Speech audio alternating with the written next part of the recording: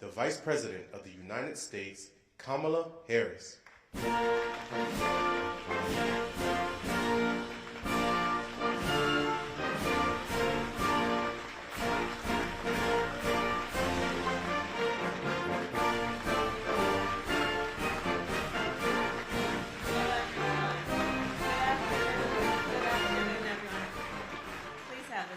Good afternoon.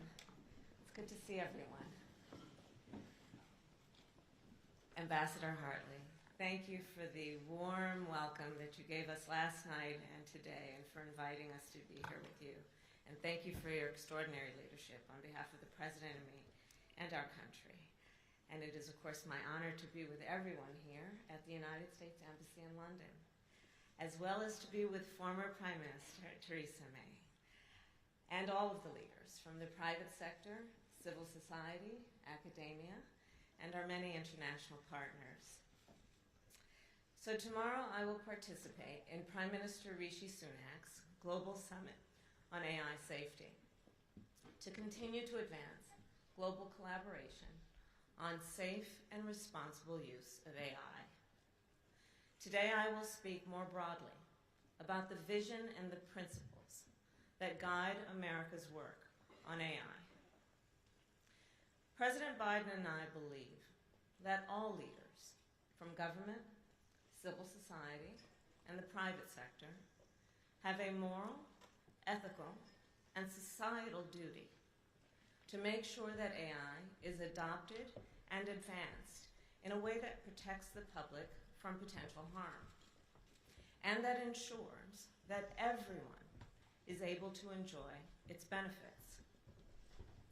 AI has the potential to do profound good, to develop powerful new medicines, to treat and even cure the diseases that have for generations plagued humanity, to dramatically improve agricultural production, to help address global food insecurity, and to save countless lives in the fight against the climate crisis. But just as AI has the potential to do profound good, it also has the potential to cause profound harm. From AI-enabled cyber attacks at a scale beyond anything we've seen before, to AI-formulated bioweapons that could endanger the lives of millions of people.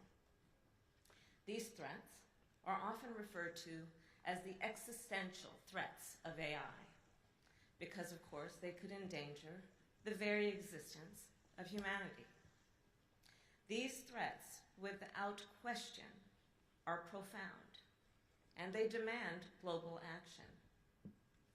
But let us be clear, there are additional threats that also demand our action, threats that are currently causing harm, and which to many people also feel existential. Consider, for example, when a senior is kicked off his health care plan because of a faulty AI algorithm. Is that not existential for him? When a woman is threatened by an abusive partner with explicit, deepfake photographs, is that not existential for her? When a young father is wrongfully imprisoned because of biased AI facial recognition, is that not existential for his family? And when people around the world cannot discern fact from fiction because of a flood of AI-enabled mis- and disinformation, I ask, is that not existential for democracy? Accordingly, to define AI safety, I offer that we must consider and address the full spectrum of AI risk, threats to humanity as a whole, as well as threats to individuals, communities, to our institutions, and to our most vulnerable populations. we must manage all these dangers to make sure that AI is truly safe. So many of you here know, my mother was a scientist, and she worked at one of our nation's many publicly funded research universities, which have long served as laboratories of invention, creativity, and progress. My mother had two goals in her life: to raise her two daughters and end breast cancer.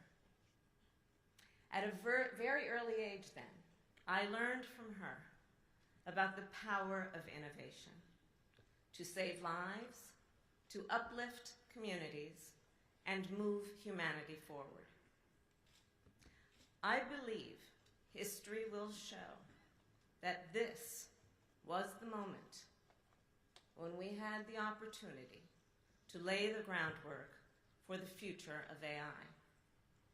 And the urgency of this moment must then compel us to create a collective vision of what this future must be.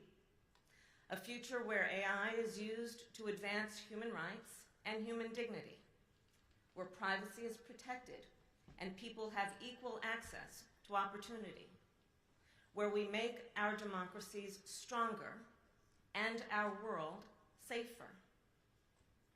A future where AI is used to advance the public interest. And that is the future President Joe Biden and I are building. Before generative AI captured global attention, President Biden and I convened leaders from across our country, from computer scientists to civil rights activists to business leaders and legal scholars, all to help make sure that the benefits of AI are shared equitably and to address predictable threats, including deep fakes, data privacy violations, and algorithmic discrimination. And then we created the AI Bill of Rights. Building on that, earlier this week, President Biden directed the United States government to promote safe, secure, and trustworthy AI, a directive that will have wide-ranging impact. For example, our administration will establish a national safety reporting program on the unsafe use of AI in hospitals and medical facilities. Tech companies will create new tools to help consumers discern if audio and visual content is AI generated. And AI developers will be required to submit the results of AI safety testing to the United States government for review. In addition, I am proud to announce that President Biden and I have established the United States AI Safety Institute, which will create rigorous standards to test the safety of AI models for public use. Today, we are also taking steps to establish requirements that when the United States government uses AI, it advances the public interest.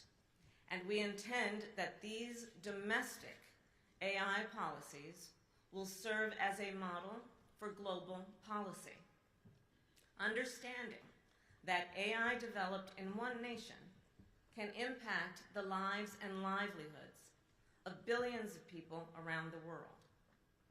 Fundamentally, it is our belief that technology with global impact deserves global action.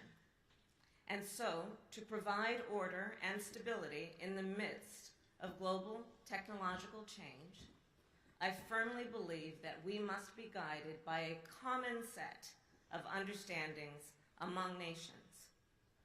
And that is why the United States will continue to work with our allies and partners to apply existing international rules and norms to AI and work to create new rules and norms. To that end, earlier this year, the United States announced a set of principles for responsible development, deployment, and use of military AI and autonomous capabilities. It includes a rigorous legal review process for AI decision-making and a commitment that AI systems always operate with international and within international humanitarian law. Today, I am also announcing that 30 countries have joined our commitment to the responsible use of military AI, and I call on more nations to join. In addition to all of this, the United States will continue to work with the G7, the United Nations, and a diverse range of governments from the global north to the global south to promote AI safety and equity around the world. But let us agree, governments alone cannot address these challenges. Civil society groups and the private sector also have an important role to play. Civil society groups advocate for the public interest. They hold the public and private sectors to account and are essential to the health and stability of our democracies. As with many other important issues, AI policy requires the leadership and partnership of civil society. And today, in response to my call, I am proud to announce that 10 top philanthropies have committed to join us to protect workers' rights, advance transparency, prevent discrimination, drive innovation in the public interest, and help build international rules and norms for the responsible use of AI. These organizations have already made an initial commitment of $200 million in furtherance of these principles. And so today I call on more civil society organizations to join us in this effort. In addition to our work with civil society, President Biden and I will continue to engage with the private companies who are building this technology. Today, commercial interests are leading the way in the development and application of large language models and making decisions about how these models are built, trained, tested, and secured. These decisions have the potential to impact all of society. As such, President Biden and I have had extensive engagement with the leading AI companies to establish a minimum baseline of responsible AI practices. The result is a set of voluntary company commitments, which range from commitments to report vulnerabilities discovered in AI models to keeping those models secure from bad actors. Let me be clear. These voluntary commitments are an initial step toward a safer AI future, with more to come. Because, as history has shown, in the absence of regulation and strong government oversight, some technology companies choose to prioritize profit over the well-being of their customers, the safety of our communities, and the stability of our democracies. An important way to address these challenges, in addition to the work we have already done, is through legislation. Legislation that strengthens AI safety without stifling innovation. In a constitutional government like the United States, the executive branch and the legislative branch should work together to pass laws that advance the public interest.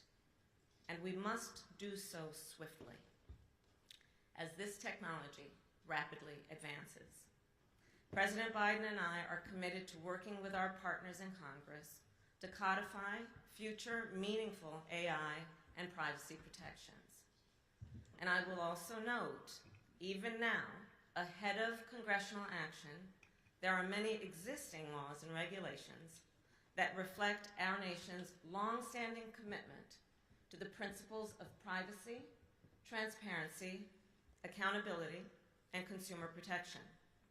These laws and regulations are enforceable and currently apply to AI companies. President Biden and I reject the false choice that suggests we can either protect the public or advance innovation. We can and we must do both. The actions we take today will lay the groundwork for how AI will be used in the years to come. So I will end with this. This is a moment of profound opportunity. The benefits of AI are immense. It could give us the power to fight the climate crisis, make medical and scientific breakthroughs, explore our universe, and improve everyday life for people around the world. So let us seize this moment. Let us recognize this moment we are in. As leaders from government, civil society, and the private sector, let us work together to build a future where AI creates opportunity, advances equity, fundamental freedoms and rights being protected. Let us work together to fulfill our duty to make sure artificial intelligence is in the service of the public interest. I thank you all.